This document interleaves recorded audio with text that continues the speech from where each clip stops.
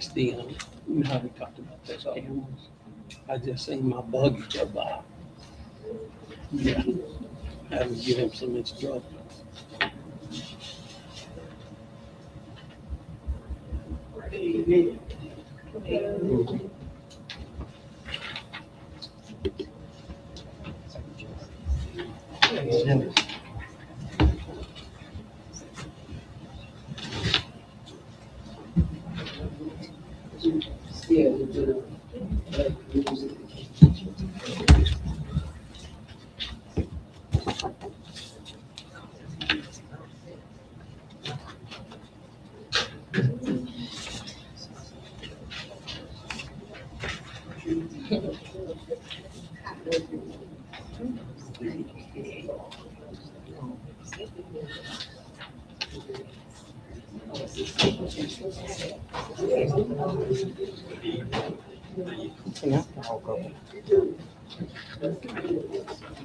You don't have the resolution done. She had to do this like last week. She can get the.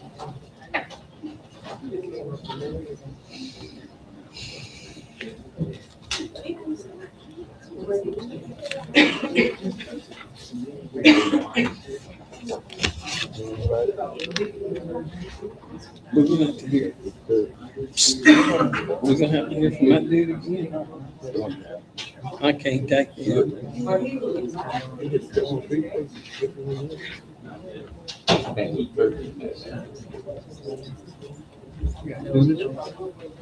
Miss Bell coming.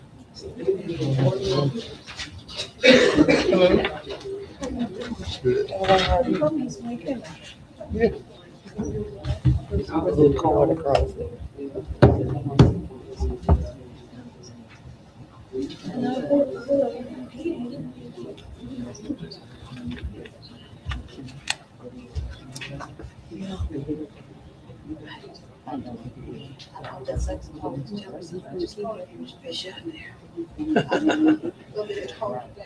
No, they would just ask her.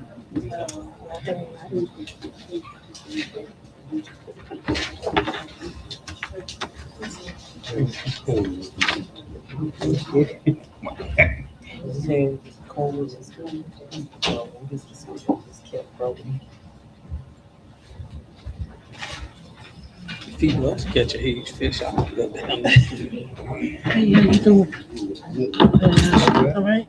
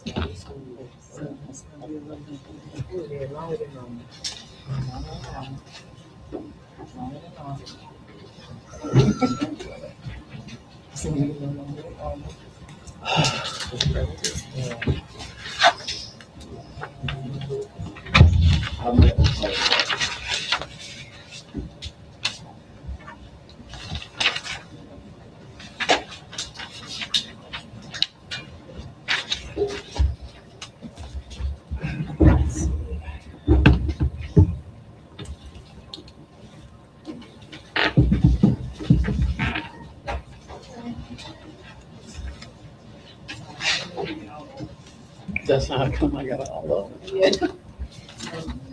I was thinking, man, what the heck? You didn't- I didn't get a chance. I don't have the, you have the agenda minutes? I just picked it up and Oh. waited.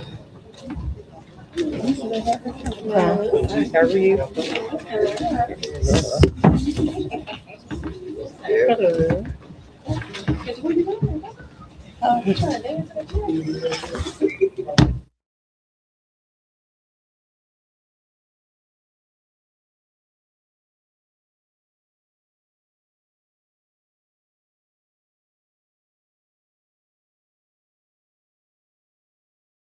I got you. You got you.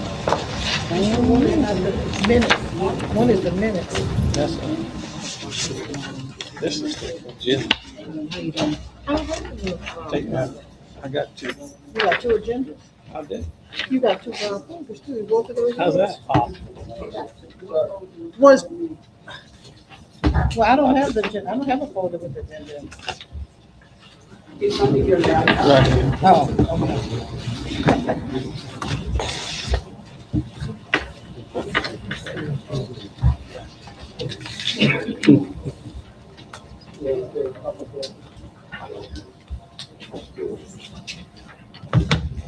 Miranda.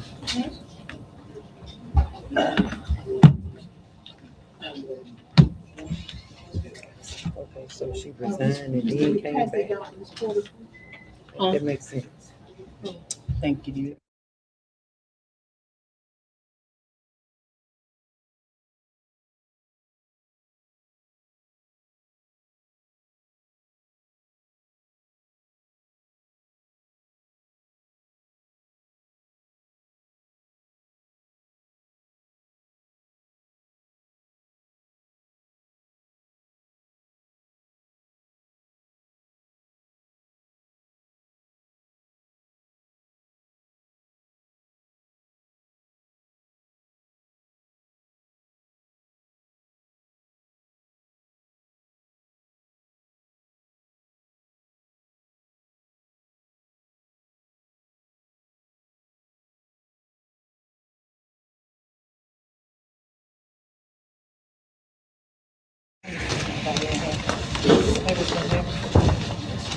Okay.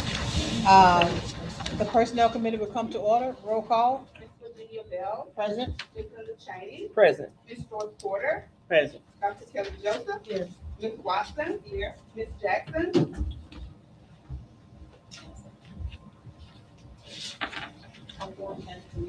Okay, the first item is to approve the, receive personnel updates.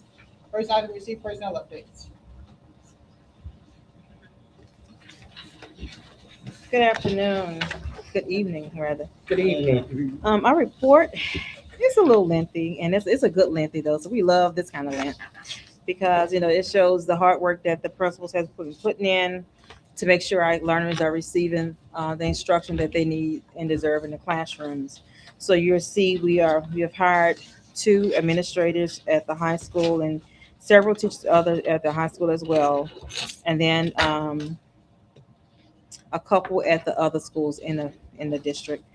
So with that, we did have a few resignations. We had a total of 4. 1 was academic, the other 3 were support workers. And then we had 1 transfer and 1 termination as well. And if you look at the bottom, you'll see we're only advertising for really, it's a total of 4 positions because the 1 support position is 2 vacancies in that department. And other than that, we're just finalizing, we have those 2 vacancies district-wide, and they are in the process of talking to other teachers outside from the parish to get them to come aboard. If you look at the dashboard report, it'll just show you the numbers of how our vacancies look district-wide. So you'll see at the College and Career Academy, total staff, we're 95% staff, with those just 2 vacancies you saw in the academic positions. And then it's the same 2 positions in the teachers that put us at 92%, which is the same thing we were at last month. At the Arts and Technology Academy, that should be 100. That should be 100%. 100% with a 6% increase from last month. And then we are totally staffed right now at the Arts and Technology Academy. At the ELC, uh, school-wide, we have 2 vacancies, but they're not in academics, it's in support workers. So it decreased to 94%. But in teachers, you see we're 100% staffed with our teachers at the Early Learning Center. So district-wide, all over it's 96% staff with just a 2% increase after all the changes we made. And then as far as academic with teachers, we still have 2 vacancies district-wide, and we're at 97% staff. So we're glad about that. Definitely. Is Yeah. it 2 education positions? Only 2. And if you look at the termination, it would have been 1 for that if it wasn't for the termination. And so that's all we have. They've been doing a lot of work to make sure the kids, and it's quiet on campus. I went on there, had the opportunity to go, and I was talking and I had to whisper because it was a great feeling to just be on campus when I had to go up there to meet with the administrator, and we just stood outside and I was whispering, talking. So it was a great feeling because everybody's in position and doing what they need to be doing.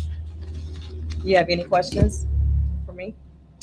I would just like to say that's a plus for St. Helena with just 2 vacancies Right. in education available. So keep working, keep up the good work. Yes, ma'am. Let's try to get those positions filled that way. Yeah, we're looking forward to having 100% next month. Okay, thank you. Committee members, I just want to make a note right quick that there is 1 position that is not listed on the report that you received, but I will be sharing that news with you all in a few minutes.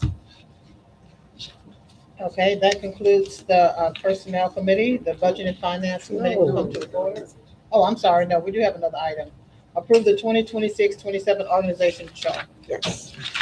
All right, board members, I do have a presentation to share with you all, so you be aware of our organizational chart for the 2026-2027 school year. Just about everything remains the same, but I want to share with you the things that have changed. The first of which, I've added a new director, Emerging Technologies Director, Ms. Trinice Jackson. She has done a phenomenal job in her department, and she has taken on additional responsibilities, and I think that it is fitting that she assumes the role as a director of Emerging Technologies. Also, we have Ms. Wendy Young, who is our Exceptional Services Director. And as you see on the presentation slide, who she is responsible for, I'm not going to go over each one of them, but she's doing an exceptional job in the Exceptional Services Department. That she services all of our special education needs and all of our 504 plans and all of those things. So Ms. Young is our Director of Exceptional Services. Then moving on to Ms. Ashley Castle, who is our Finance Director. Of course, she's over payroll, procurement, accounts payable, grants, and all things finance. Then moving on to Ms. Singleton, she is our Director of Special Programs and Initiatives. One thing that has changed from her, she is no longer over the virtual academy, and she has taken on the responsibility for Mr. Greg Lewis, who is the Parent Liaison, School Climate, and Culture personnel. Then moving on to our academic division, we have Dr. John Paul, who is still over, he's the academic director of math and science. And we have Ms. Christy Nettles, who is the academic director over ELA and social studies.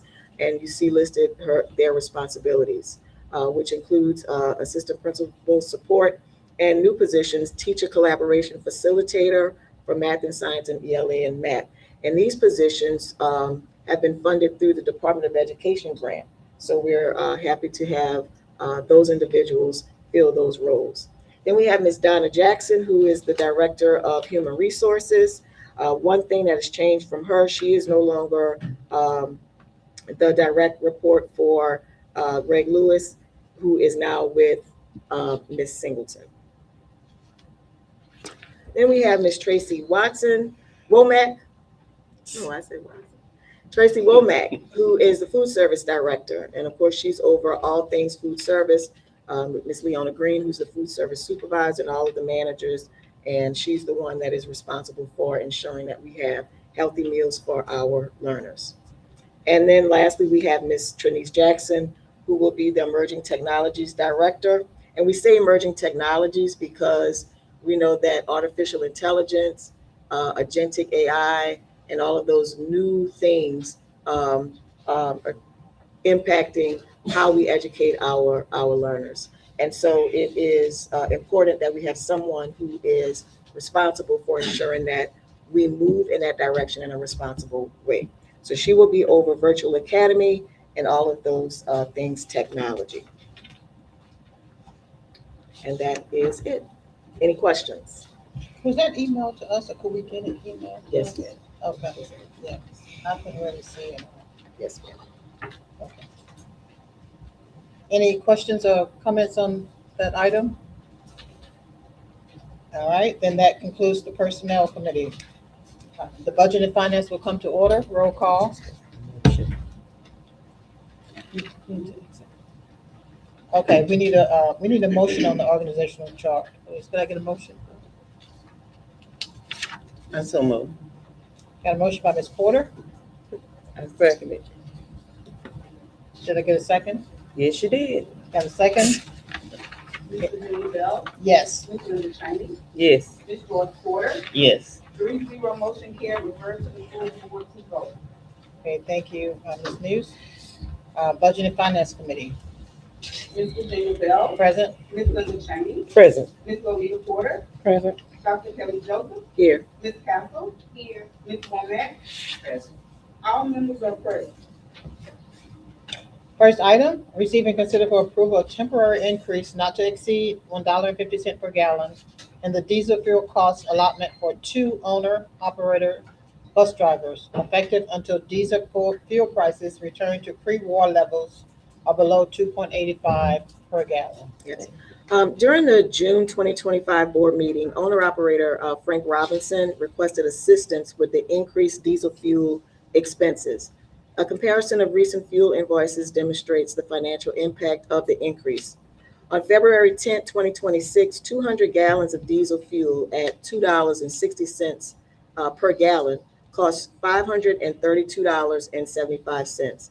On March 18, 2026, the same quantity of 200 gallons at $4.32 per gallon cost $865.75. Representing an increase of $333 for the same amount of fuel. Board committee members, you have in your possession a copy of the chart that I would like to go over with you. So based on this information, the board must decide whether to provide support or not. If you decide to support the owner-operators, I recommend temporary assistance that will provide partial relief while still requiring them to absorb a portion of the increased fuel cost. Based on an estimated usage of $200 per month, the district has the following options. So using the pre-war price per gallon of $2.66, we total the cost for assistance by $1, $1.25, and $1.50 per gallon. So you see in the chart what that would amount to using each one of those costs. So for $1.50 per gallon, plus the $2.66, that's the pre-war amount, that equals to $300 per month. For $1.25, that would be $250 per month. And for $1, it would be $200 per month. So the recommendation is not intended to completely reimburse the owner-operators for the increased cost of fuel, but rather to provide reasonable temporary assistance during a period of unusually high diesel prices. The proposed increase provides the board with a measured and fiscally responsible response, especially with the governor's executive order and our own increases in diesel fuel for our board-owned buses that's putting a strain on our budget. The adjustment is temporary, limited to actual fuel-related costs, and is not a permanent increase in compensation or the regular transportation allotment. To protect the district financially, the temporary increase will remain in effect only until diesel fuel prices return to pre-war or fall below $2.85 per gallon, at which time the additional allotment would cease and the district will return to its regular reimbursement structure. So let's be realistic. We know it's not going under $2.85 per gallon. So the decision that we make as a board, just expect it to be there for a while. Okay, any questions? Any other questions about this item? So committee, you all have to make a decision on which option you'd like to choose. The $1.50, the $1.25, or the $1, or nothing at all. It's your choice.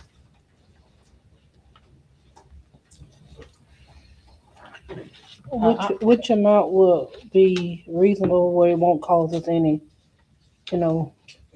hardship, Cause like you said, it's doubted if it ever go down to 285, it's be a long time for that, but, so what do you think, what are your recommendations? My recommendation, if you had to choose from one of the three, it would be the $1. Because looking at our budget for the executive order, if for some reason the governor says, hey, we're going to do it again next year, we would be in a financial bind.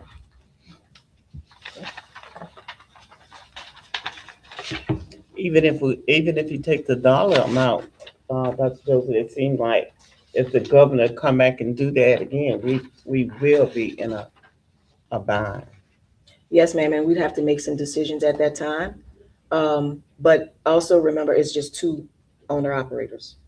So Frank has 2 buses or? No, it's 2 individuals.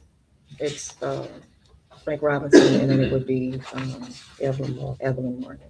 So this don't include the contract buses. No, ma'am, we cover those costs.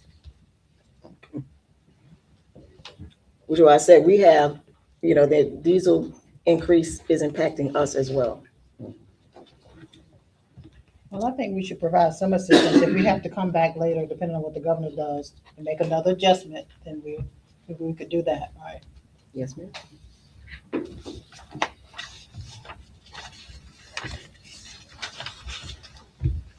Committee, could I get a motion?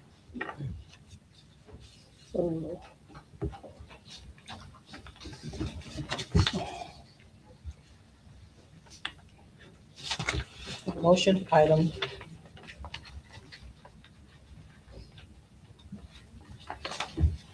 You also have an option to table if you want. But it's your choice.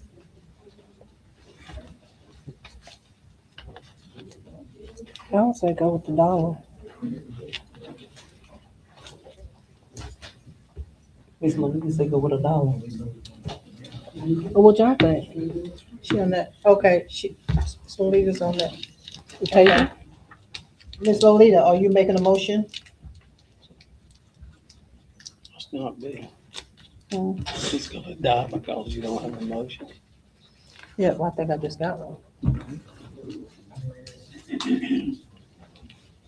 Lolita, you're making a motion?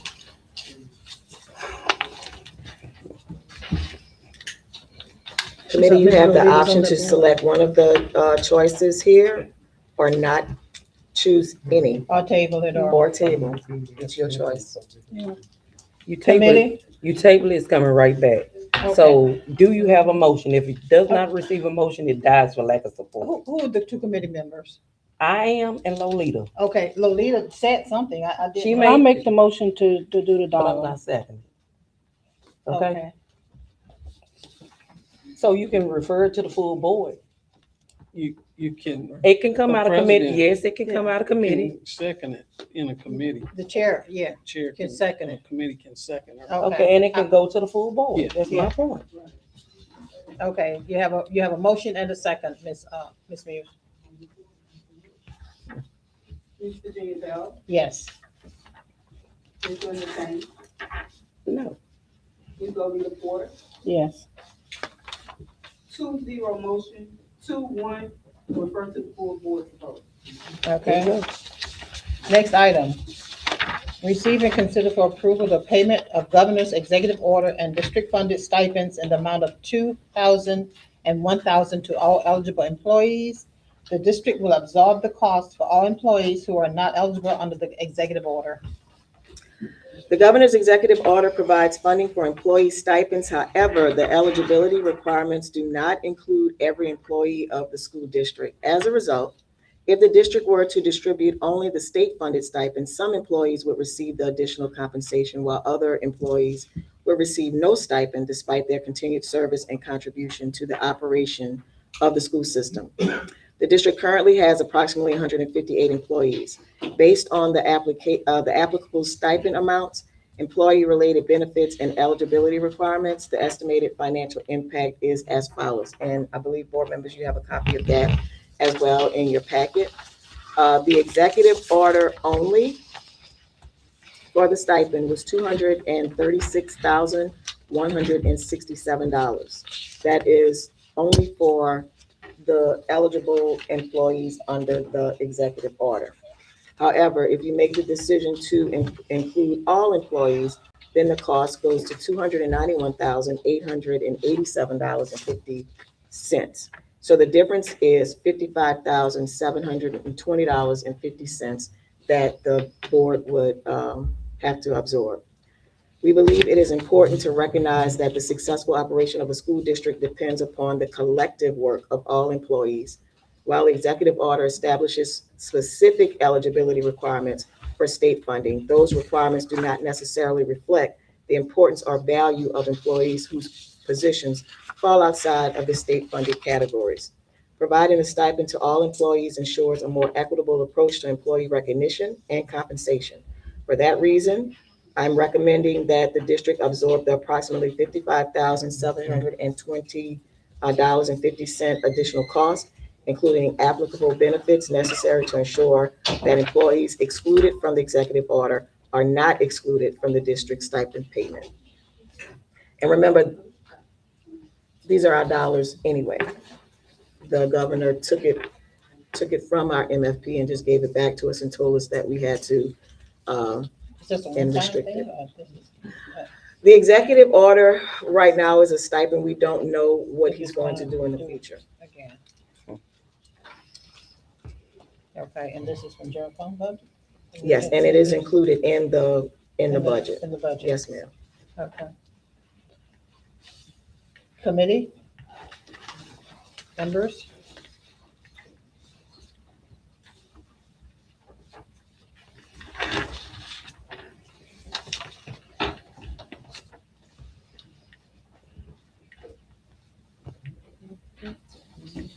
Are we considering this, or could we move on? Could we close this down? You consider it? The executive order is. There's no way around it. No. So I say we stick with the guidelines of what the governor mandated. Okay, well, what employees will not receive this stipend? If we Nurses. go with just the governor, who wouldn't get it? Principals, district staff wouldn't receive it. Oh, just Pre-K teachers. is not pre-K teachers. Pre-K or teachers. Include they're them, not include them. Let's included. roll. Include them. Include them. Okay, I have a motion, Ms. Porter. I'll make the motion to include. Okay, I have a motion and a second, I believe, Ms. Muse. Vote, please. Ms. Virginia Bell, Yes.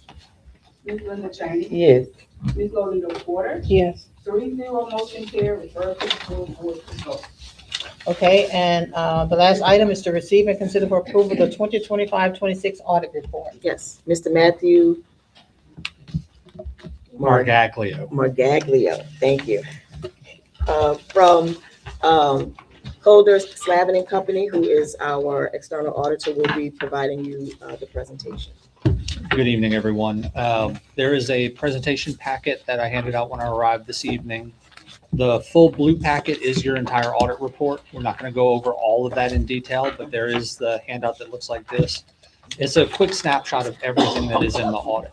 So we wrapped up the audit for the June of 25 fiscal year. We're able to submit that to the legislative auditor about 2 months ago to get y'all caught up with where you need to be. So tonight I'll just go over some of the information in the financial packet. The first page, page 1, is just a summary of what is in here. We talk about the auditor's reports that we prepare as an audit firm. and we talk about the financial data. And all of that includes y'all's responsibilities for the financial statements, internal controls, compliance with rules and regulations, and prevention and detection of fraud.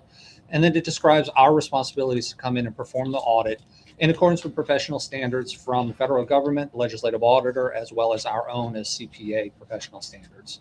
Part of what I'm here tonight is to go over what we've discovered, what we've found, and the overall results. And then we'll get into a little bit of the financial data very, very briefly, given that it's June of 2025. We issued an unmodified opinion on these financial statements. So that is considered a clean opinion for our professional purposes. Your bondholders, the grantors, the users of the financial statements, they'll see that and they'll be able to rely on the data that is in here for their decision-making purpose.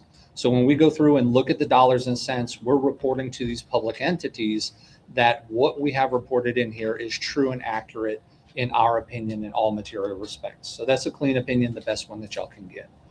Y'all receive a significant amount of dollars from the federal government. Most of it is passed through the state of Louisiana, but it is all federal dollars. When you exceed $1 million in that revenue sources, we're required by federal law to come in and perform an audit on those major programs and issue an opinion on whether you did or did not comply with those federal programs. The programs that we tested, y'all complied in all material respects with the requirements put on by Washington, D.C. So of the federal dollars that you received that we tested, you did comply with those rules and requirements. When we're doing these procedures, we look at some compliance with laws and regulations that come down from the Legislative Auditor's Office in Baton Rouge, as well as internal controls that the district should have in place, again, from the Legislative Auditor's Office. We had a couple of exceptions that we ran into this year. 3 of them were all interrelated with the timing of the reporting, and it's kind of repeats from what you've had. In order to get this packet put together, it's due by December 31st of each fiscal year. So as I mentioned, we got this one done in June, so it's a few months late. That results in a finding of both the state compliance and the federal timing compliances. In order for it to be late, the internal control issue that we had was the books and records just weren't closed out timely and accurately. We got that trued up. We finally issued the report in June. So that's where 3 of the findings came from. The other one we had was a bid law compliance. Y'all did some improvements to the technology, the audio video system. You use the same vendor that did all of it, which makes perfect sense. But according to the state rules, you should have looked for other vendors. That doesn't make sense, but it's still the state rule to double check that that is what is. We think that y'all got a good deal for it, and all of the system meshed, which is why you use the vendor. So common sense wise, it probably was the cheapest, but the documentation just wasn't there. It's kind of a very one-off circumstance, which non-compliance with bid law is very, very common. And especially in circumstances like this, it's hard to do what's right and comply. Those were the issues that we ran into as far as what we did, what we tested, what we looked at, and the timing of everything. Are there any questions on the results that we've done so far? That's not considered a material finding, though, is it? For our purposes, yes, it is considered a material finding because we only report on significant and material issues. Is it a big deal for the purpose of the district and what y'all did and how y'all spent? No, I don't think it is. It's more of a technical non-compliance as opposed to willful non-compliance. Let's use that term. Y'all did the best you could for the district, making the best decisions that are possible. It just didn't quite align with what the state wanted y'all to do. Any other questions on the reporting part so far? So given that these are 2020, June of 25 numbers, I'm just going to very quickly go through the dollars and cents. I believe y'all are going to get a budget information later that is much more current as to what's going on, but I still wanted to hit the highlights since it's in the reporting packet. First page, page 2 is your total revenues and expenses. This covers all of your funds. So all of your federal funds, all of your state funds, all of your local funds. Total revenue came in at about $19.7 million. Your total expenditures came in at about $18 million. The big drop off that we're seeing there, y'all received a bunch of COVID money. That started to wind down in the year that we audited. This upcoming year that we're in, the 25-26 year that just concluded, COVID is gone. So that is a big, big chunk of that dip. The other dip in the expenditure side, y'all had some big capital projects, and those were also concluded in the year under audit. So that accounts for most of the decreases that we're seeing here. The next page, this is just your general fund. We carved this out because all of your federal dollars, they tell you what to do with your money. Your general fund, you get to decide what to do with it. So this is more of the unrestricted resources for y'all to do what you need to fill in gaps or to make your actual budgetary decisions. Your total revenue was very flat, which is a good position to be in, about $9.4 million. Your expenditures did decrease kind of across everything. There were budget cuts and decreases in there. Expenditure decreases, bringing you down to about $8.3 million in your general fund. The next graphic on page 4, this is some of your key revenue sources, just so you can see year over year. I'm just going to look at the 2025. Sales tax, one of your bigger ones, came in at about $2.2 million. Your property taxes came in at about $2.6 million. And then your MFP, which is what the state is messing with right now, came in at about $8.4 million. The last page, just a very quick snapshot. Capital assets, your buildings, your infrastructure, things like that are some of your biggest assets that you have. You have about $30 million sitting in buildings and equipment. One of the big things on the right-hand side of this, your construction in progress, you were able to conclude your big $8 million project. So you total had 6.8 when we were starting. You put another $1.2 million in it, and that's where the big decrease came in. And so you were able to capitalize and complete an $8 million project in the year that we just audited. So that's good to get those projects over and done with. So very, very quick snapshot of the dollars and cents that are in the packet. If there's any questions about that, I can attempt to address them now.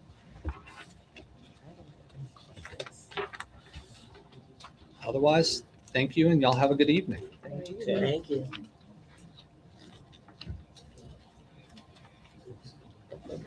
Okay, if no other questions concerning the financial audit report, then that concludes the budget and finance.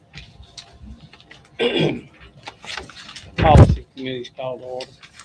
Roll call. Mr. Travis, Here. Mr. Porter. Present. Mr. George Hughes. Present. Dr. Kelly Joseph. Here. All members are present. One item to consider here, receive and consider for approval a $50 reduction in the monthly allotment for school board members for each absence from a regularly scheduled board meeting. The reduction may be waived upon submission of a written excuse to the board president for an absence due to a medical emergency or a work-related obligation. This is an item that was presented by Board President Cheney regarding the regular attendance of board members at monthly school board meetings. The purpose of the proposed reduction is not intended to be punitive. Rather, it establishes a reasonable expectation that receipt of the full monthly allotment should be accompanied by regular participation in the board scheduled meetings and the governance responsibilities associated with board service.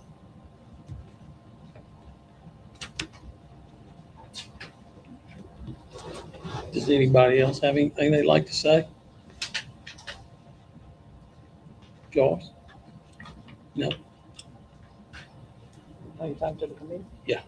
What do you consider a medical emergency, like? Does that mean an emergency room, or do you have to? A doctor's excuse or something of that nature. If you're sick, then you're sick. You know? Can I get a motion to refer this to the full board? And second, Been moved and seconded to refer this item to the full board. Is there any further discussion? I'd like to say something. Who wouldn't pay $50 to get $750? Nobody in here. I think it should be much more if we're going to penalize somebody. But that's all, that's just my opinion. Vote. Well, Alvin Travis, Wait, No. Ms. George Porter, yes. Mr. George Hughes. Yes. 1, 2, motion referred to the full board. That concludes the policy committee. Education committee will come to order. Roll call. Mr. Alita Porter, Present. Ms. Virginia Bell, Present. Ms. Linda Cheney, present. Dr. Kelly Joseph. Here. Ms. Wendy Young. Dr. Joseph Young Paul. Present. Ms. Singleton. All meetings are present. First item, receive and consider for approval the 2026-27 media proposal from Flying Ghost Production and Company. Yes, committee, this is a contract renewal. However, we had to, because of the executive order from the governor, we had to go back to Flying Ghost and request that they go back to the levels of what they did in the previous year. So that is what was changed.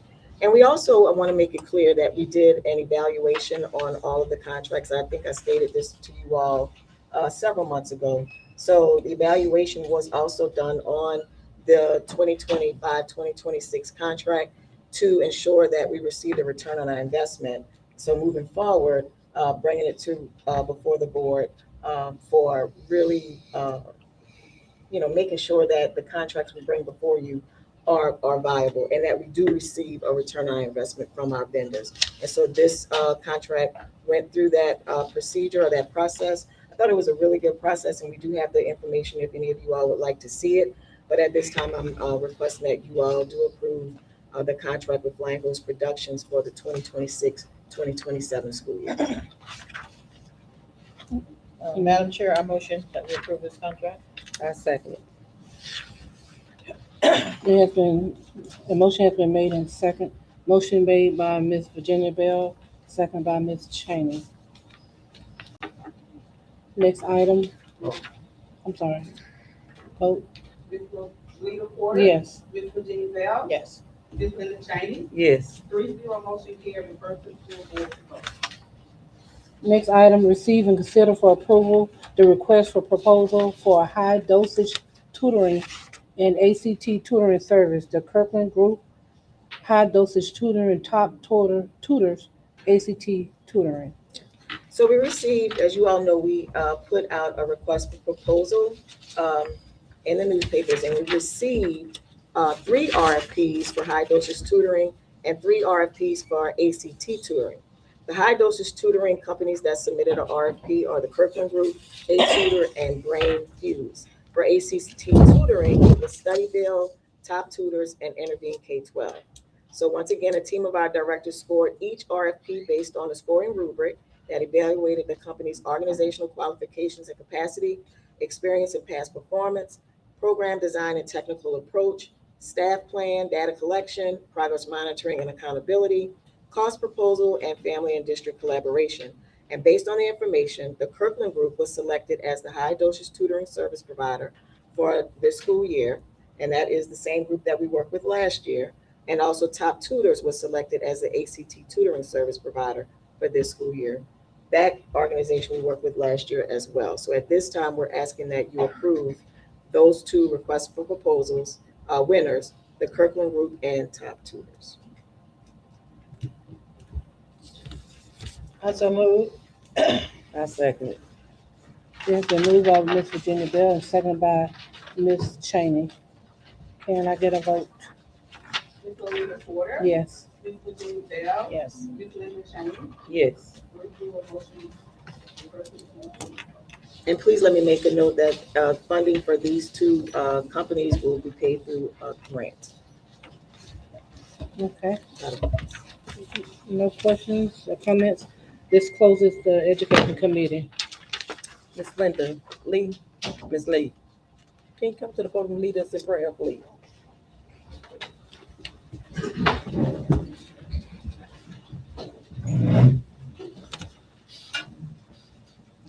As we bow our head, Father God, we thank you for your power and your glory that you have showed us all day long. Lord God, we thank you for this gathering, and we ask that you will watch over this meeting, guide this meeting, oh God. Watch over our leaders that is heading up this meeting and everyone that's in attendance. We ask that it be blessed, be done in your name, and in Jesus' name we pray. Amen. Amen. I pledge allegiance to the flag of the United States of America and to the republic for which it stands, one nation, under God, indivisible, with liberty and justice for all. The meeting room will come to order. We are now holding a meeting of the St. Louis Parish School Board. Roll call. Ms. Porter. Present. Ms. Louisa Porter, Present. Ms. Linda Cheney, Present. Mr. George Hughes, Present. Ms. Virginia Bell, Present. Mr. Alvin Travis, Present. all members are present. Next item, approve minutes and agenda from July 16, 2026, committee meeting minutes, and July 16, 2026, regular board meeting minutes and current agenda. Can I get a move motion? that we approve all these collectively. Motion by Mr. Alton Travis, second by Mr. George Hughes. Any questions? No question. Shall pass by general consent. New business, receive and consider for approval a resolution of the St. Helena Parish School Board authorizing the commencement of social media litigation with Fauché Law Firm.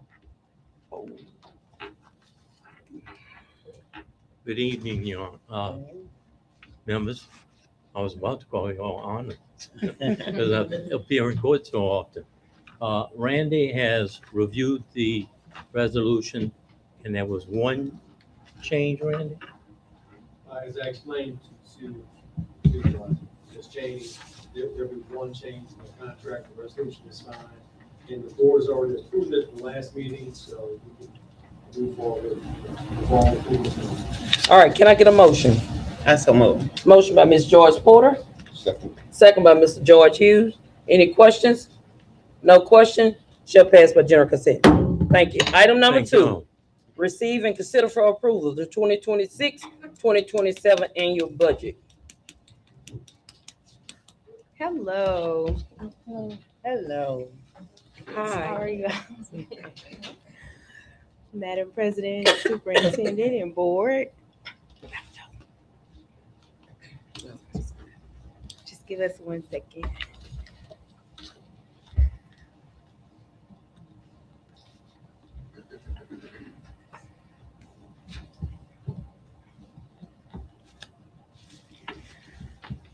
Alrighty, good evening. Tonight I am presenting the St. Helena Parish School Board operating budget for the fiscal year ending June 30th, 2027.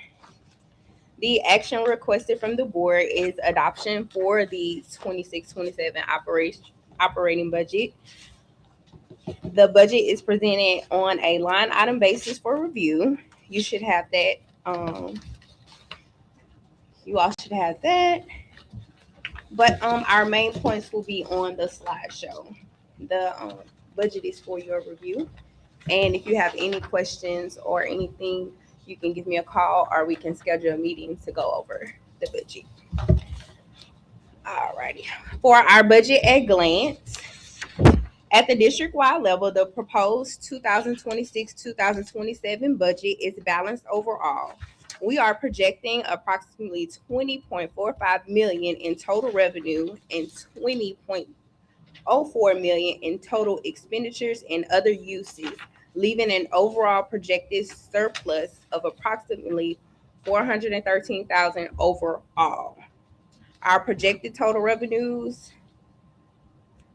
The budget was developed to maintain a positive fund balance through June 30th, 2027. State and federal sources continue to provide the majority of our district funding, and the overall surplus is positive, but the general fund has a much smaller operating cushion. Let's go to the next one. Where the budget stands by fund. Although the district-wide budget shows an overall surplus, the general fund is the number I want the board to pay particular attention to because it supports our day-to-day operations. The general fund is projected to have only about $24,000 of the current year revenues over expenditures and other uses.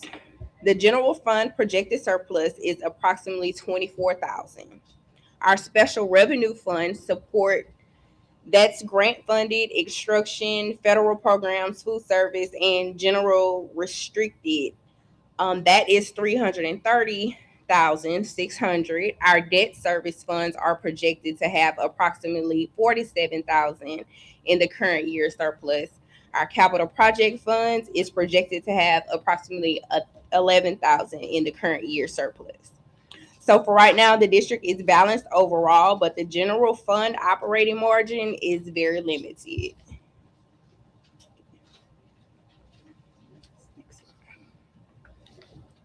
Alrighty, just an update on our MFP funding for our July year over year comparison. For July 2025, our MFP was $730,458. This year in July 2026, our MFP was $703,603. The monthly decrease, it was $26,855. The percentage decrease is approximately 3.68%. The July decrease alone is $2,132 greater than the approximate $24,723 general fund surplus currently projected in the proposed budget. If this is similar and it continues over the next 12 months over the school year, the potential annual reduction would be approximately $322,000 out of our MFP over the school year. This is only an illustration. We're not sure what's projected over the months or what will come in, but you can see the decrease in our MFP. This does not mean the district is projecting a loss of 322, but this is just to show you what could happen if this decrease stays the same. Next slide. All right, our general fund pressures. The MFP decrease is especially important because our general fund operating margin is already tight. In addition to revenue uncertainty, the executive order stipend related to employer costs used much of our general fund surplus that otherwise would have been available as our operating cushion.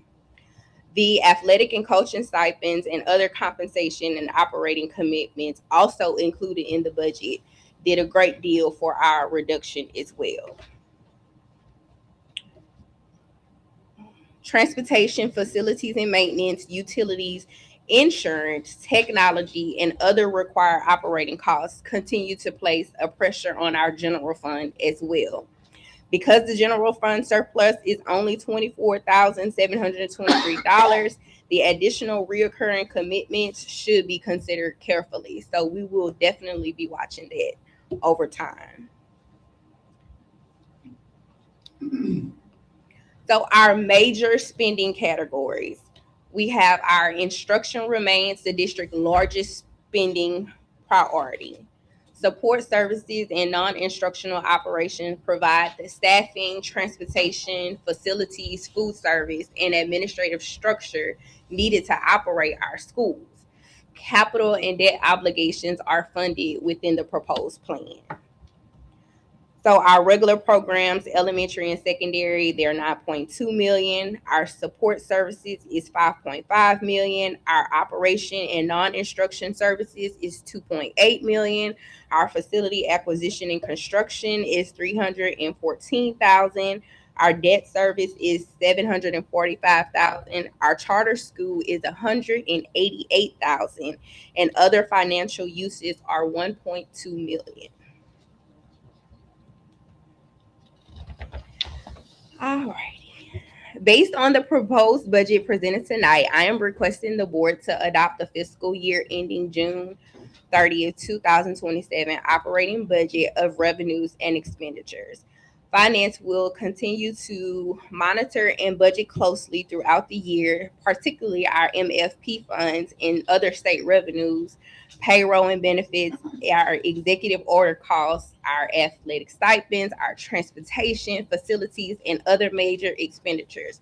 We will continue to monitor that, keep you all updated on our spending, our funding, where we will need to hold back, and if we need to present anything major to the board that will be a financial hardship towards our fund balance and overall general.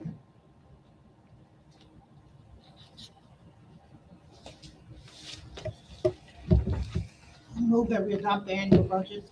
for Motion by Ms. 2026-2027. Motion by Ms. Virginia Bell to adopt the annual budget for 2026-2027. Can I get a motion? Second. Second by Ms. Second by Ms. Joyce Porter.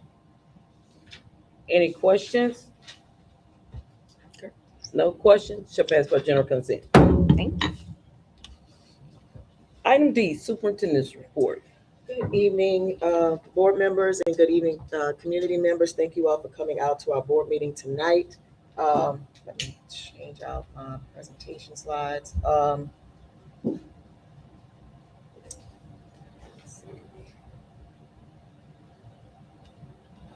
Tonight, we are going to have presentations by our directors and also our school principals to discuss with you all the goals and objectives for this school year and share with you other highlights.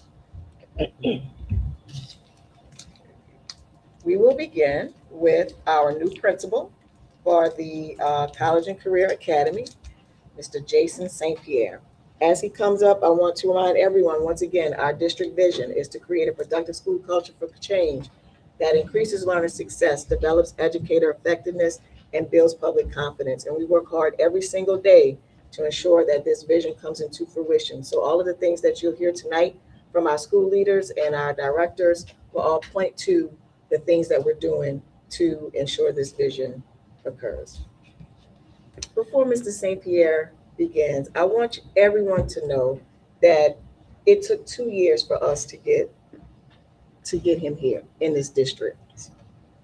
I consider Mr. St. Pierre one of the GOATs when we talk about principals in the state of Louisiana. And I'm not citing my principals that we have with Ms. Smith and Mr. McPherson, because they are also GOATs. We have 3 wonderful, fantastic principals at our schools doing some phenomenal work. But to have Mr. St. Pierre here is really special. So I'll let him share information with you all and then share the things that he's going to be doing to change the culture and climate and everything around St. Helena College and Career Academy. Madam President, Dr. Joseph, members of the board, it's an honor to be standing before you tonight. A lot of great things happening at St. Helena College and Career Academy. I'm proud to announce we've had a great 9 days of school. The kids, several of you have been to the school. Students are in the classrooms and the teachers are teaching. My goal is to bring our scores up, and we will do that. This is my 22nd year as a high school principal.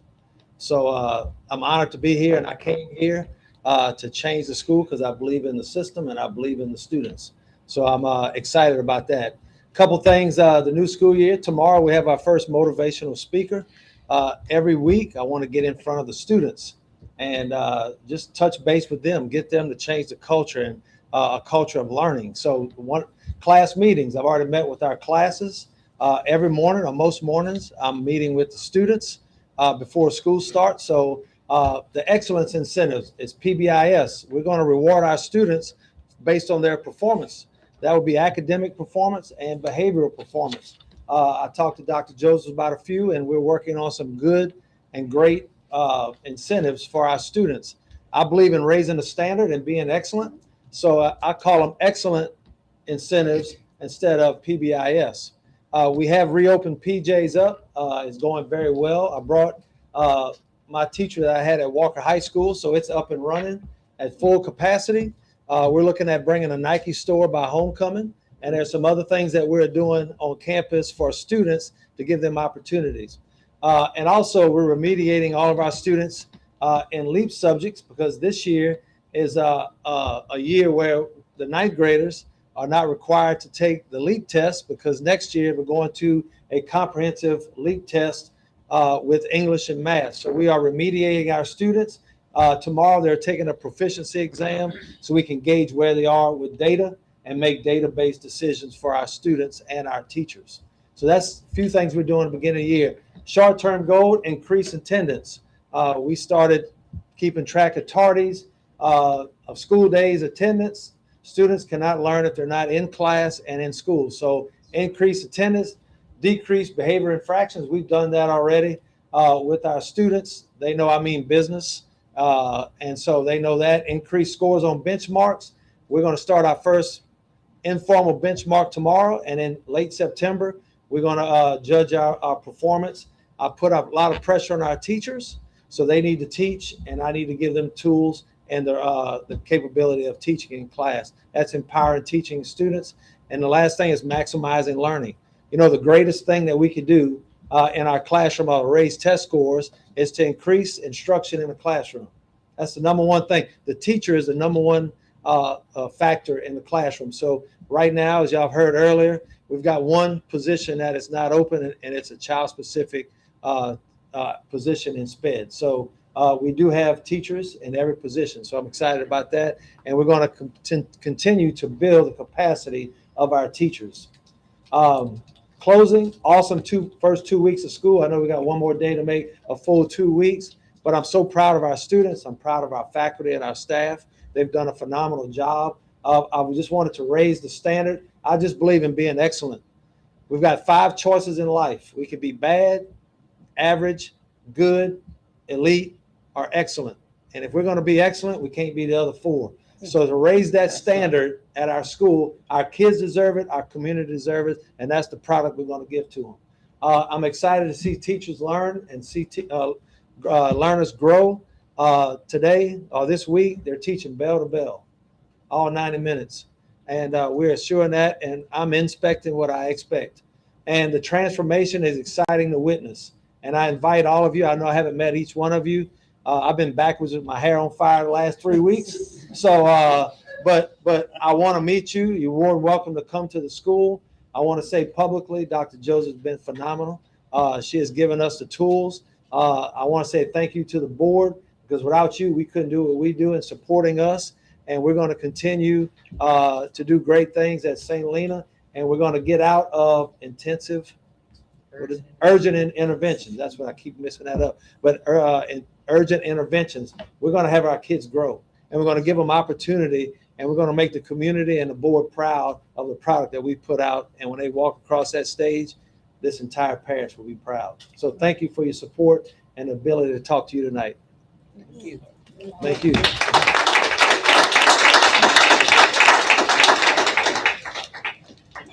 All right, next up, we have Ms. Tempest Smith, principal for the Early Learning Center. Another GOAT. Good evening, board, Dr. Joseph. I want to start by saying I love a good theme. So our theme for this year, coincidentally, we're also on an expedition to excellence. So we started with our new school year activities, and we started by we focused on centering around the district vision. And so everything we do aligns with the district vision. We made sure that we increase learner success by welcoming our learners and making sure that they have a successful school year, establish classroom routines and procedures. We also made sure we had structured learning environments. So we've been doing walkthroughs to make sure learning environments are conducive for learning. We first want to make sure they're conducive so that they can learn. And our teachers have taken this to a whole nother level as far as making this look like a safari. Is we have vines going from the ceiling and grass along, everyone's taking the theme abroad, and so the learners are really enjoying that. We also are developing our educator effectiveness. Our staff engaged in Professional Learning Week, and it focused on instructional priorities and increasing learner success. And of course, we've been building public confidence. We've hosted a meet and greet for our parents to come in, and we invited them in to meet their teacher, the new teacher. That was successful, as well as we've been communicating with families through newsletters and social media. We've also had our first parent-teacher organization meeting today. We had a PTO meeting, and that was successful as well. We had a great turnout. And we have a few pictures of the meet and greet and some classroom spaces. Our short-term goals, we would like to continue to increase learner success. We're going to do that by finishing off first our beginning of the year literacy and numeracy screening. We'll be testing for the month of August. After we see where our learners are, we are going to provide targeted interventions by using that learner data to put them into intervention groups. We will continue to monitor teaching and learning and high-quality instructional materials to make sure Tier 1 instruction is happening in classrooms. We also, our ILT works very effectively to make sure we're developing an educator effectiveness. We differentiate our teachers, make sure we have coaches in every classroom and support every new teacher, as well as teachers who need additional support, even if they've been here for a few years. We build their capacity through collaborative planning, and we have a new PLC facilitator, Ms. Holland, who's doing an excellent job and already engaged in one this week, in implementing Tier 1 curriculum. We also make sure that we provide timely feedback with our classroom walkthroughs so that teachers can immediately provide that support in the classroom. And we're going to continue to maintain consistent communication with our families to build public confidence, increase our family engagement. We look forward to next month hosting our first Grandparents' Day, again, having our grandparents back on campus and celebrating and communicating learner school successes. All right, any questions? I'm gonna put you on the spot. Uh-oh. I want you to share with everyone what's the projected letter grade for your school as a result of the increased performance with your literacy screen. So as I said, we have been working extremely hard. And I cannot take this on alone. It's my staff. They work amazing with the kids. The kids even know their data and they work hard to do more and push themselves. So they have their own goals. And we are projected to be a B-rated school.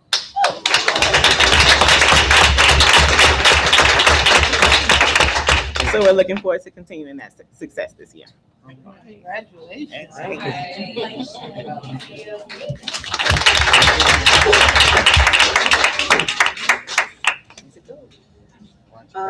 Mr. McPherson, do you have your? All right, let's bring up Mr. Bernard McPherson. What happened?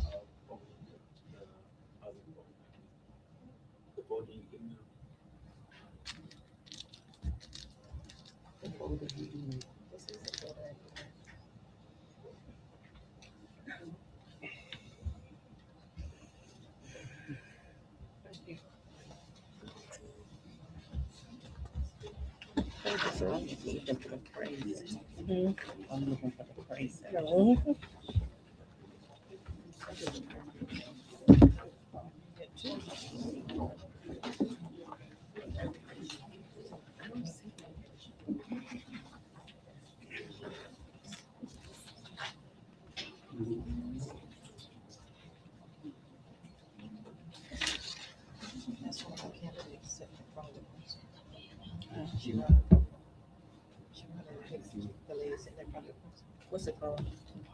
Shot of board presentation.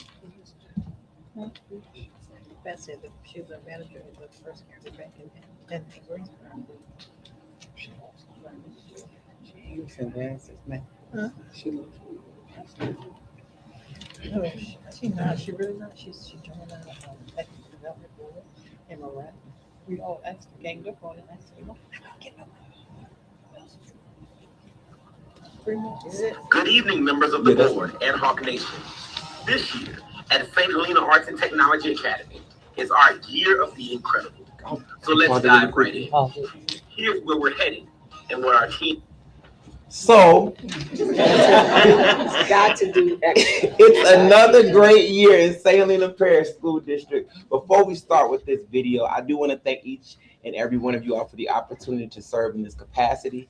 I always say, Ms. Bell, I'm from 5th Ward, Monday through Friday, and I'm from Ward 1, Saturday and Sunday, and then I alternate as the months go on. But I thank you all for that. We're all about instruction. Did you just say that? Ma'am? Oh, okay. No. It's a joke. So I'm just so glad to be here. We're all about instruction. We're glad that we saw a lot of great gains in our academic performance. We're ready to build on that starting from day one. You'll see in our presentation, I gave you all just a physical copy of the 2 slides that I'll be referencing, that we are hitting the ground running. We're in classrooms. We're providing the targeted support and that data. And once again, I'm proud to be a member of Hawk Nation. So, Madam Superintendent, can you do the honors? Good evening, members of the board and Hawk Nation. This year at St. Helena Arts and Technology Academy is our year of the incredible. So let's dive right in. Here's where we're heading and what our team has already accomplished in just the first few weeks of school. We hit the ground running from day one. We welcomed every learner with a first day pep rally that set the tone for the entire year. We made sure to identify our learners who were no-shows and put safeguards in place for those who have a history of being habitually truant. Tier 1 instruction was already up and running in week 1, and we crafted every homeroom roster to be intentionally balanced using LEAP data and other assessment sources to make sure we could provide targeted assistance from day one. On the educator side, our teachers have been meeting weekly in PLCs with consistent classroom walkthroughs since week 1. And model lessons have been provided as needed to support teachers where they need it the most. And we've strengthened our ESS and new teacher support to make sure every educator, no matter how long they've been with us, has what they need to succeed. We've already completed 2 full rounds of observation and data feedback cycles with every core content teacher, giving each one a clear picture of trends, areas of growth, and next steps. And for public confidence, our social media presence is growing every week, and our new Chalkline portal is getting parents real-time access to what's happening in their child's classroom. Our community is more connected to this school than ever before. That's what we've already built. Now, here's where we're headed next. Our short-term goals for the rest of the year. First, quality of instruction. Our team is in classrooms every single day, conducting walkthroughs, providing guided support, real coaching conversations, and we're zeroing in specifically on the teacher content knowledge domain of the Louisiana Educator Rubric.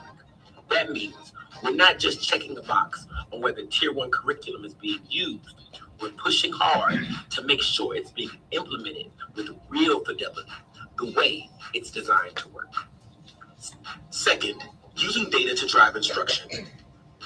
Right now, we're gearing up to complete our reading and math screeners across the entire school to know exactly where every learner stands. That data feeds directly into our tiered support groups initiatives, where we're utilizing all of our staff members, no matter their title, to ensure that we provide our learners everything that they need to fill in their academic gaps. And third, ensuring mastery of content. This is where it all comes together. Our grade level teams meet regularly in PLCs to look at mastery data side by side and adjust instruction in real time, not weeks later. We're planning to back that up with exit ticket analysis bi-weekly and common formative assessments tied directly to grade level standards. So when gaps show up, we catch it early before they grow. St. Helena Arts and Technology Academy is off to a strong, focused start, and I'm proud of what our team has already built in just a few short weeks. We're ready to build and maximize on the growth from last year, and we thank you all for your support. Here's to an incredible year of being hashtag St. Helena winning. Any questions? Thank you once again.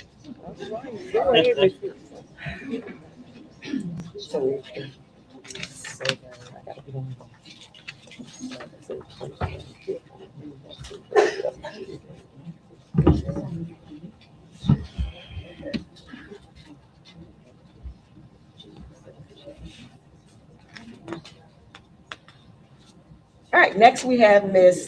Singleton, who is our Director of Special Programs and Initiatives. She will come up and share information with you all. Good evening, everyone, board members. I do not have a video. I know I was going after Mr. Technology. But tonight I just wanted to give some updates from the Special Programs and Initiatives Department and just some things that we are looking forward to in the 26-27 academic year. So our focuses include early childhood. This is the first year in a few years that our LA4 classrooms are at max capacity. We have 40 pre-K learners across the 2 classes, and we still have several parents who want to get their kids in. So I think that says a lot to what our pre-K department has accomplished in the past years, because they want their children in, but then they also want to request certain teachers. For this year, the early childhood department did secure funding through the LDOE, through the preschool development grant, to enhance early language and literacy instruction for our children birth to 5. And so that was an additional allocation that the state awarded at the end of last school year. So we are doing monthly calls with LDOE to do a spin down of that allocation. And this year, our pre-K teachers were trained during the PD week on a new platform. We always use teaching strategies for our TS Gold assessment, but this year they are including the Goldfinch platform, which is almost like game simulation, but to help them grow in those objectives and domains that they'll be documented for TS Gold. Our targeted academic supports, we received our HDT allocation amount a few weeks ago for our K-5 learners in English and math. And of course, there were 2 allocations this year. So our outcomes-based allocation and then that EIR pilot allocation we got for our second grade learners in ELA that will get it through air reading. And then finally, increased interest in our dual enrollment programs. In July, the school held a dual enrollment sign-up fair. And next week on the 19th is when the learners start at North Shore. There are 46 learners this year that completed the application, 38 for technical programs, and 8 that are looking for those gen ed classes, the finite math, physics, intro to biology, and the English comp. And so we have all of those learners that will be going to North Shore. And then, of course, we have our CCMA program that is returning, and there are 13 learners that will be doing that program on campus at the College and Career Academy. Community partnerships, 3 of us in the district, myself, Ms. Clark, and Ms. Burton, completed the CMC training through the Greater Baton Rouge Food Bank to streamline our recertification and monthly tracking process. And at the conclusion of that, we were given 3 tablets and all of the equipment to track that data electronically, so we don't have to do all the forms anymore. Our intern partnership network is expanding. We've had some other organizations express interest in bringing in interns, and I think that speaks to the success that we've had in growing that program. And then our continuation of the conflict resolution and peer mediation program, we had 24 plus learners last year that became trained mediators, and next week is the first training for the next group, and then our current mediators will get a refresher, and that's through Southeastern with Dr. Hatcher. Highlights, and these are really from information we got from July. Our internship program did receive funding for our 14 interns. We got that notification from the state that we got that full funding for everyone we submitted. And then our Jumpstart Summers program ended in July. We had a June group and a July group, and we had 9 learners that successfully completed the Jumpstart Summers program through the welding program at North Shore. And 6 of them completed both sessions, June and July, and 3 of them received new certification. So we are extra proud of them, and they are going to be recognized at the September board meeting. And yes, they get a stipend for completion. So, and they are nice amounts. So our short-term goals for our department, of course, strengthen early childhood access and readiness, expand our academic intervention services, the develop a coordination learner and family support system. That is something that my team is working on to streamline referral services for the learners and families, so that if they need a mental health service, that information goes directly to who would provide that service. So it won't be, a passing conversation. It'll be more streamlined to give them those accesses. And then to increase our stakeholder awareness and confidence. Any questions for me? Yeah. So the kids that could, I'm sorry. go ahead. Yes, ma'am. The kids that completed in July and June and July, so Yes, they got the level 1 certification? No. Okay. 3 of them were brand new, so they had to start at core. Okay, gotcha. Yes, ma'am. But we did have kids that got the level 1? No, they have one more part they have to do in the fall so they can take the test. Okay. Because when they started, these were learners who started at core last year, and because they didn't go in with core, it pushed them back like a term. Right. So they're kind of catching up. I got you. But they are all continuing this semester. Okay. Yes, ma'am. I thought, could I understand you to say that we only had 2 pre-K classes? Yes, we have 2 LA4 funded pre-K classes. But then we used to have 3. We had 3, 2, it's always been 2 LA4. And then the 3rd class was funded through 8G.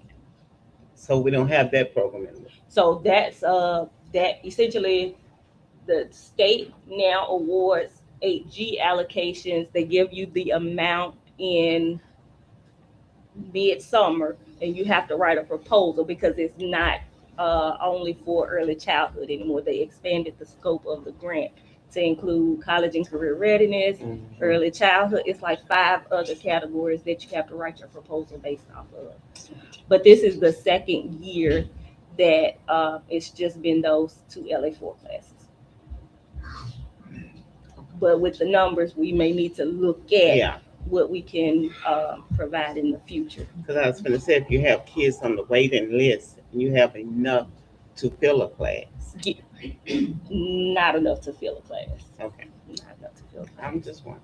Yes, ma'am. And those, that 8G class is also for those that didn't meet the qualifications, the income guidelines for LA4. And 95% of our families do. Okay. They qualify for free LA4. I was just checking because I remember it used to be 3. Yes, ma'am. Okay.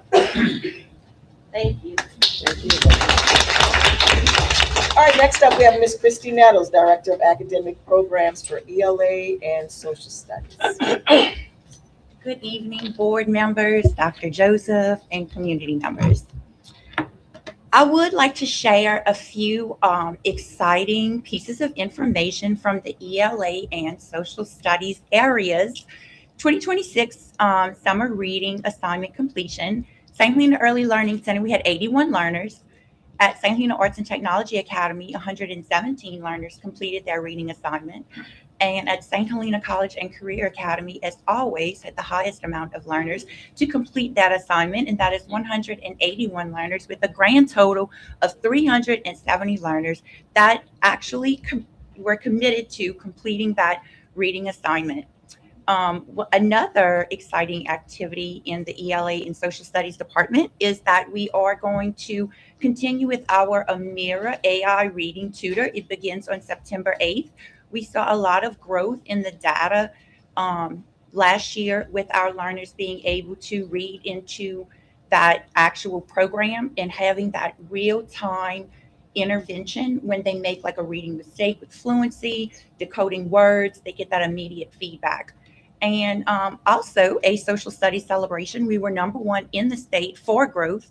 We had a 9-point growth for our district. So congratulations to the learners, teachers, and school leaders for all of the hard work and dedication to having that effective social studies instruction that really did help us grow to be #1 in the state on our 2026 Spring Leap Social Studies Assessment. We're also #1 for Amira. And we were we were also #1 in the state for Amira usage, and it wasn't just the kids getting online, because we actually did see that growth with that data that was presented to us. So 2 #1s, great job, ELA and social studies. Okay, so this year I really wanted to connect our ELA and social studies, our priorities, to our 3 instructional focus areas for the district. which is using data to drive instruction, ensuring mastery of the content, and improving the quality of instruction.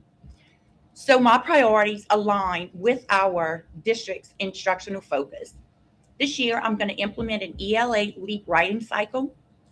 I have created for each grade level standard aligned ELA exit tickets that will basically help to identify those learning gaps immediately. LEAP aligned do now tasks, which will be that daily warm up to build skills and prepare our learners for that grade level content on the LEAP. Ensuring that mastery of content. This is something that I'm really focusing on this year, and it's in high impact ELA practices with our LEAP aligned do nows, our exit tickets, and targeted reteaching of those masteries of those standards that learners did not master. And I also will be implementing the social studies best practices, our Gallup checkpoints, unit assessments, source analysis, the implementation of the CER responses, and our LEAP style tasks. It will not only build content mastery, but it's also going to build those skills that they need to pass that LEAP 2025 assessment. And improving the quality of instruction with our ELA in math observation cycle. It's our 3-week cycle. It's that PLC, that observation and feedback, and that targeted classroom support. And it's always going to promote that continuous improvement. And it is connected to our Louisiana Educator rubric. So again, these are just a few of the priorities that I'll be focusing on this year in my department. And for the short-term goals, I did really hone in pretty deep on our short-term goals. I know for our ELA 3-week observation cycle, this is just short-term. At least 85% of our observed ELA classrooms will achieve an average score of 3.5 or higher on that Louisiana Educator rubric. High-impact ELA practices. By the end of the first 9 weeks, at least 70% of the learners will score an 80% or higher on those standard aligned ELA exit tickets. Our LEAP writing cycle, by the end of the first writing cycle, 65% of our learners scoring 85%. And our social studies best practices, by the end of the first 9 weeks, 90% of our social studies classrooms will demonstrate at least 5 of the 7 best practices. And I am very committed into improving our LEAP scores in ELA. So I am going to implement 3 high impact instructional practices. They're clear, consistent, and data driven. We are going to do our LEAP aligned do now task from the beginning of every lesson, our standard aligned exit tickets at the end of every class period to measure the standard and the skill taught. It's going to actually help us to guide that immediate feedback and be able to prepare our learners, for the next day. ELA LEAP writing cycles. It's a repeated LEAP extended response practice. We deal with text analysis, evidence selection, and written expression. And lastly, with these impacts, I do believe that we will have very positive outcomes with our learners in both reading and writing proficiency. We're going to have our ELA 3-week observation cycle, which will build stronger instruction and improve classroom experience for our learners. High impact ELA practices to improve our reading and writing proficiency and mastery of those standards. Our ELA LEAP writing cycle builds stronger writing skills, and our social studies best practices to build that exceptional growth and continue the momentum of being #1 in growth for social studies with that deeper understanding of social studies content. Thank you. Does anybody have any questions? 3 minutes. 3 minutes, okay. All right, next is Dr. Joshua John Paul, who's our Director of Academic Programs for Math and Science. Good evening, board. Good evening, everyone. I would like to start off with some key milestone from 25-26. Among the Louisiana Lift districts for 25-26, we were ranked #2 as far as learn completion is concerned. For science growth, we tied #3 as far as the growth is concerned. And in math, we were ranked #7 in Louisiana for out of the 7 school system. I appreciate all the principals and leaders and teachers and students for their hard work and dedication and commitment throughout the year. And we were also recognized by the State Department of Education last week for the Zern success. 50% of our learners scored more than 60%, 90, I think 80% completion throughout the year. So that is a great achievement. Once again, I appreciate all the principals for their dedication. And we also recognize the teachers every semester. And last year, Ms. Cossie, Ms. Hurst, and Ms. Cryer were recognized for their Zern achievement. Trajectory growth, as you see, the numbers are here. As far as math is concerned, we hit the double digit for the first time. That is a positive note, positive growth. And also across the district, we moved from 6 to 10%. So the key strategies powering this climb was based on planning and coaching, high quality instructional materials, implementation, and then the rigorous progress monitoring. Our system level goal for the upcoming year, we're going to focus more on, our department will be focusing more on the growth section of the new accountability system. At least 25% of our learners will grow in math as far as the growth component is concerned. And then as far as the bottom 25%, our goal is to ensure that we are reaching 40%. That is required at all school levels, I mean, all school, all campuses. That is our goal, to improve the growth from whatever the level we are to 40%. And the short-term goals for math at the end of cycle 3, we want to make sure that 80% of our math teachers are improving their content knowledge. And it will be measured through the LER indicator called teacher content knowledge, because we see that most of the time they know the strategy, but they are lacking the content knowledge. So this year, throughout the year, all our observation cycle PD will be focusing heavily on improving their content knowledge. Once they know the content, they know how to deliver the lessons. As for science, by the end of October 2026, we want to make sure that they implement the Tier 1 curriculum as it is intended. The score on the rubric will also be, we'll be expecting 3 or more.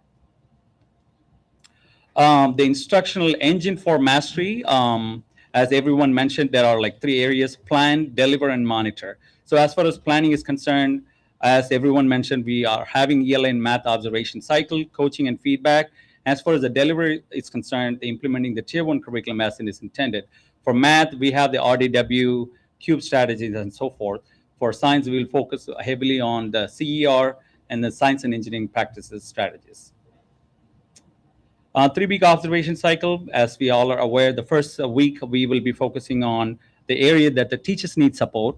And second week, we will be focusing on observing and providing the feedback to the teachers. And third week, we will be in the classroom to provide the in-classroom support. As far as the math priorities for our department is, I think K through 8, we are having Zern. And this year, our focus will be completing 4 lessons, 30 minutes every day. Last year, the goal was 80%. We are increasing to 85% on more. We will be also focusing more on how the teachers are using the Tower Alert reports. It is not just a completion. Of course, they go through the productive struggle, but are they really using the Tower Alerts to see where the learners are struggling by content? And also, we will be heavily focusing on the assessments, especially the end of mission and mid-mission. We will also use the lesson prep protocol and the unit study tool from the State Department. For science, we see the teachers are using the curriculum, but at the same time, sometimes they are front-loading the information before the learners are going through the productive struggle.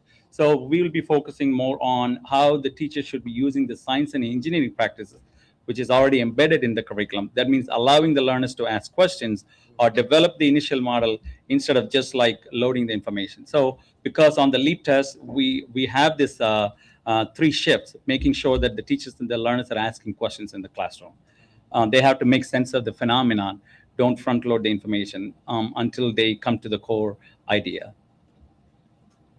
Closing, these are the tools we'll be using. From LER, we'll be using the teacher content knowledge I mentioned. As I mentioned before, we'll be focusing more on activities and materials as well. These are the other tools, how we will measure the progress. And so these 3 areas, what I mentioned before, will be like a gear that will look like a full assembled engine that will drive our department. Thank you.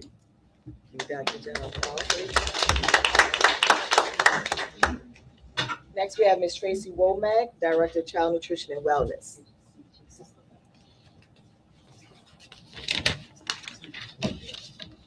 Good evening, board, committee, minutes. Our organization chart has already been established, but a small snapshot, Dr. Joseph warned me because I talk a lot.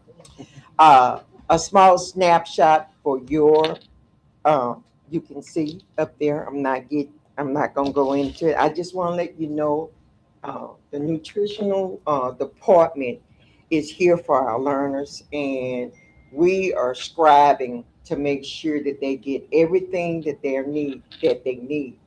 Um, as you can see, from the 2026 Leadership Conference, and we focus on structures, system structures, process, and outcome. I brought that back to my staff. And one of the things that resonated in my mind is that you need to recognize your faults and take responsibility for your actions. That was one of the things. So what I did is we came together, we retrained, and we re-educated our managers. We know it was going to be a tough thing, but we know they either was going to fall in line or fall out of line. So this was a real good PD day where everybody came in. We retrained the staff on what our expectations were and what we expected of them.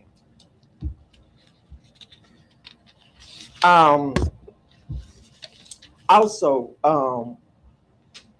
our biggest challenge is, I know with the high school, they brought a challenge, and my open challenges is doing one serving line and 37 minutes. And in the back of my head, I was going, oh, that's impossible. That's impossible. Some days it worked, some days it didn't work. But we was committed to make sure that our learners got what they need with a smooth transformation. But anyway, we got our committee together with the learners, and they discussed and told us what they want. Some things we could do, some things we couldn't do. So that is our goal, especially at our high school, because the participation is low. We are committed to build a menu around those high schoolers to get them what they need. One of the biggest takeaways for me with the managers is it's not just management, it's more than management. You can manage anybody. It's just developing people. Our biggest thing, developing people to get people where you need them to be. And that's our goal. Develop, and train. I'm going fast here. Okay, our models, as you know, we do breakfast in the classroom, and it's primary at our early learning center at St. Helena College and Career Academy and St. Helena Art and Technology. We do grab and go. Just some few notes that we encourage that our principals make sure that they have the teachers to push our students through for our lunchtime to increase, because that's the way we make our money, and encourage each learner to eat. Oh, Dr. Joe, I'm going fast. Okay, and then like the outcome, every school had to do a goal, and as you know, we came up with a lot. A lot of them was participation. A lot of them was decreasing waste. It was a lot of, but overall, what we are trying to do is make sure each school at least from 3 to 10% increase our participation. So if it's anything that you need from us, please let us know.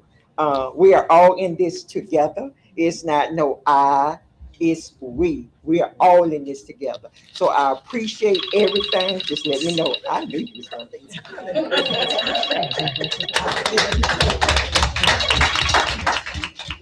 We're going to do one more presentation, and that is with Mr. Deshaun Muse. He's going to come up and talk about the program that we're going to start at, or the activity we'll have at St. Helena College and Career Academy, St. Helena is Winning Conference. I'll try to beat your timer. All right. It's good to be in a community where you get acknowledgement for good. This past week, we've been on the news in a positive way, and hopefully we can keep that going. So I want to present to you all the St. Helena winning from here to anywhere. You have the PowerPoint. Go ahead on and out. Okay. So the big question is, what if every learner in St. Helena Parish could see living proof that success is possible? They could meet successful people who started where they started from. They could learn careers they never knew existed. They could build relationships with mentors and lead believing they can change the lives for others and future learners.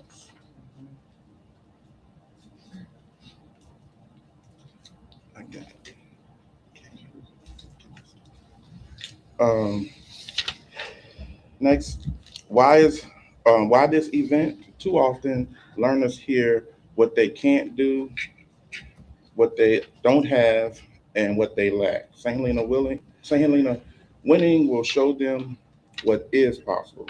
This event changes the narrative from "Can I succeed?" to "I will succeed."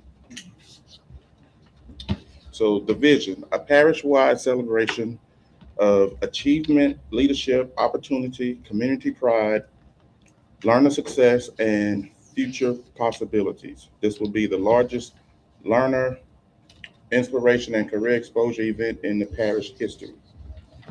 The problem many learners struggle with: limited exposure, limited network, limited career awareness, lack of role models, low confidence, and future opportunities. Research consistently shows learners cannot aspire to what they have never seen. The solution: bring success directly to our learners. We can invite doctors, lawyers, engineers, entrepreneurs, educators, military leaders, business owners, authors, athletes, and public service. Um, People from our communities, our school, and similar backgrounds. Event experience. We would have a walk of winners where the honored guests would come down on a red carpet. Leader ambassadors. We have a school band, cheerleaders, community celebration, successful alumni honored like celebrities. Because our learners need heroes they can actually meet. From St. Helena to success. The emotional centerpiece, a powerful panel featuring former students, current leaders, and successful alumni. Discussion topics are obstacles they overcame, lessons learned, how education changed their lives, advice for today's students, their stories, our inspiration, our learners, our future. Um, Then you'll have a college and opportunity expo, similar to like a career day. Representatives from Southern University, Southeastern, LSU, BRCC, North Shore Technical College, other trade schools, and militaries. Learners will leave with scholarship information, career paths, college admission resources, and workforce opportunities. Then we would also have Entrepreneur Street. So that would be where um, you have small businesses. They can meet local business owners, build strong communities. They can start. They can learn about startups, discover new ideas, see innovation in action. Student entrepreneurs, like young leaders, big ideas will create real impacts. And then financial literacy workshops where they can learn how to save, invest, budget, and build wealth.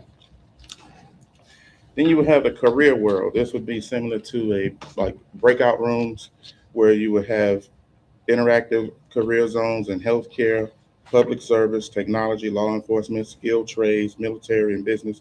These would be people from our community and then organizations around our area. Then from that, students will create, well, learners would create a winning wall where they can write out their future on the wall. So that would motivate them and their teachers to help keep educating them to build on what they need for their future.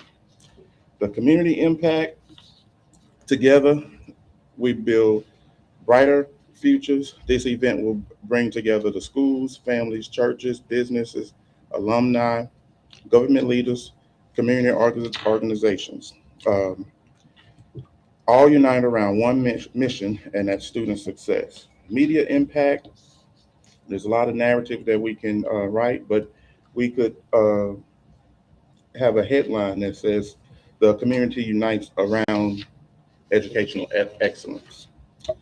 So the expected outcomes would be learners will increase career awareness, gain confidence, build aspirations, meet mentors, learn about scholarships, explore future opportunities, and the community will strengthen partnerships, build pride, promote positive stories, increase alumni engagement. The long-term vision, year one, it would be a signature event. We would launch a powerful and inspiring experience. Year two, we have mentorship workshop where we connect learners with mentors who guide and encourage them and invest in them. And then year three, we hope to create opportunities that remove barriers and open doors to higher education by doing a scholarship. What we need the support from the school board, superintendent, principals, community partners, alumni, businesses, and faith leaders. Together, we can create a life-changing experience for every learner. St. Helena winning from here to anywhere. A learner may forget a lesson, a learner may forget a worksheet, but they will never forget the day they met someone who showed them what is possible. Thank you. So, St. Helena Winning Day, if one day can change a student's future, how many futures can we change if we do this together? Thank you. Thank you, Mr. Lee. And just another note about this conference that we're going to have. It's going to be the Wednesday during homecoming week. And so we've already put together, Ms. Linda in the back, she's already put together a survey for our learners to take. And once we collect that information, we'll use that as a way to drive what is going to take place at the conference. So we're very excited about that. It's going to be a lot of work, but it's going to be well worth it because our kids are going to have a great experience on that day. So we look forward to continuing that work. And with that, that concludes my presentation. You're not gonna let Ms. Young go? Next time. Okay, next time.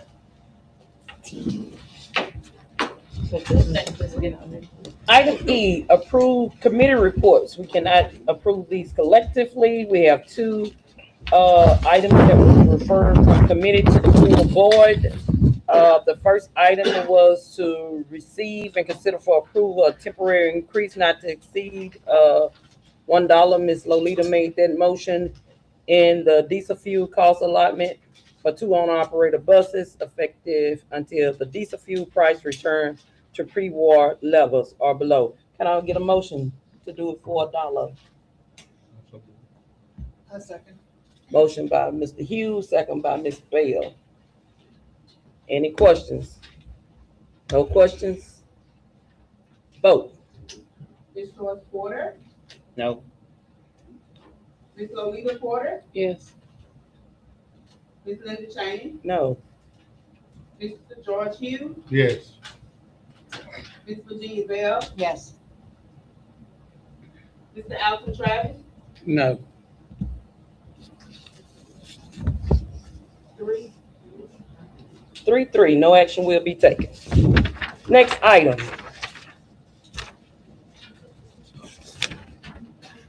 That we need to take a vote on that was referred from the full board was that last item action, which was to, on the policy committee, receive and consider for approval a $50 reduction in the monthly allotment for school board members for each absent from a regularly scheduled board meeting. The reduction may be waived upon submission of a written excuse to the board president for an absence due to a medical emergency or work-related obligation. Mr. Travis, you can amend that motion if you would like to. No, ma'am. Okay. So can I get a motion on that item? I so move. Motion by Ms. Joyce Porter. Can I get a second? No second. It dies for lack of support. All right, and we will approve all of the other committee meetings items collectively. Can I get a motion to approve them collectively? I so move. Motion by Mr. Travis, second by Ms. Bell. Any questions? No question? Passed by general consent. Item F, executive session. Can I get a motion that we go into executive session to discuss Vernon Garden, ETAL versus St. Helena Parish School Board, ETAL 21st JDC number 25510. Can I get a motion to go into executive session? I so move. Motion by Ms. Joyce Porter, second by Mr. Hughes. We shall go into executive session. Motion passed by general consent. We shall return.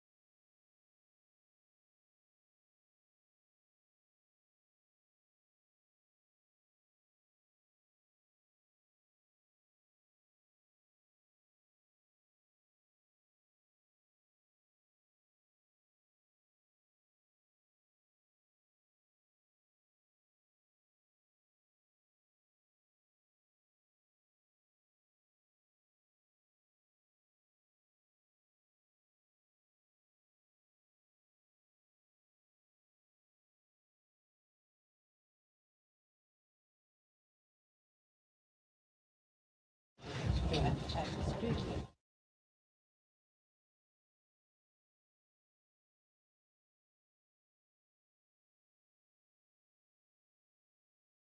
I get a motion that we return from executive session? Motion by Mr. George Hughes, second by Ms. Porter, that we return from executive session. The item that we went into executive session, we're taking the necessary steps with that case. Item G, meeting closing. The next meeting date will be September the 10th, 2026. Closing comment, board members. Any board members? Okay, go ahead, Ms. Porter. I mean, you just bump ahead. I just want to welcome all the employees back, and that y'all have a marvelous school year. I have met with Mr. St. Pierre. We had a long conversation. I went to something else, but we went into the other stuff. But I told him I'd be sneaking on his campus. He said, "You don't have to sneak, just walk on in." So Miss Smith and Mr. McPherson, I'll be just walking in y'all campus. I ain't gonna say sneak. So, but if you all need me, you know where I'm at. All three of you now have my number, and use it. That's what Mr. St. Pierre told me to do with his, use it. So you all have mine, use it. Don't call me for bad stuff when they being bad. Here, Miss Smith and Mr. St. Pierre, don't call me when they being bad. Call me with the good stuff. But laying all jokes aside, if you all need me, I'm here. Any other board member? Yes. After Christmas, you can throw that number away. They can still call me Mr. Travis. They can still call me. Whether I'm a board, whether not, still call me. All right, I do have a few comments that I would like to say. First of all, I'm excited that you guys have had excellent start to the new school year. I see that you guys are starting strong, and I'm gonna leave this with you: finish strong. Even though we won't be here at the end of the year, I expect to hear great things. And I want everyone to know that this board was a part of implementing the things that are in place now. So I'm sincerely asking you guys to definitely finish strong for this school year.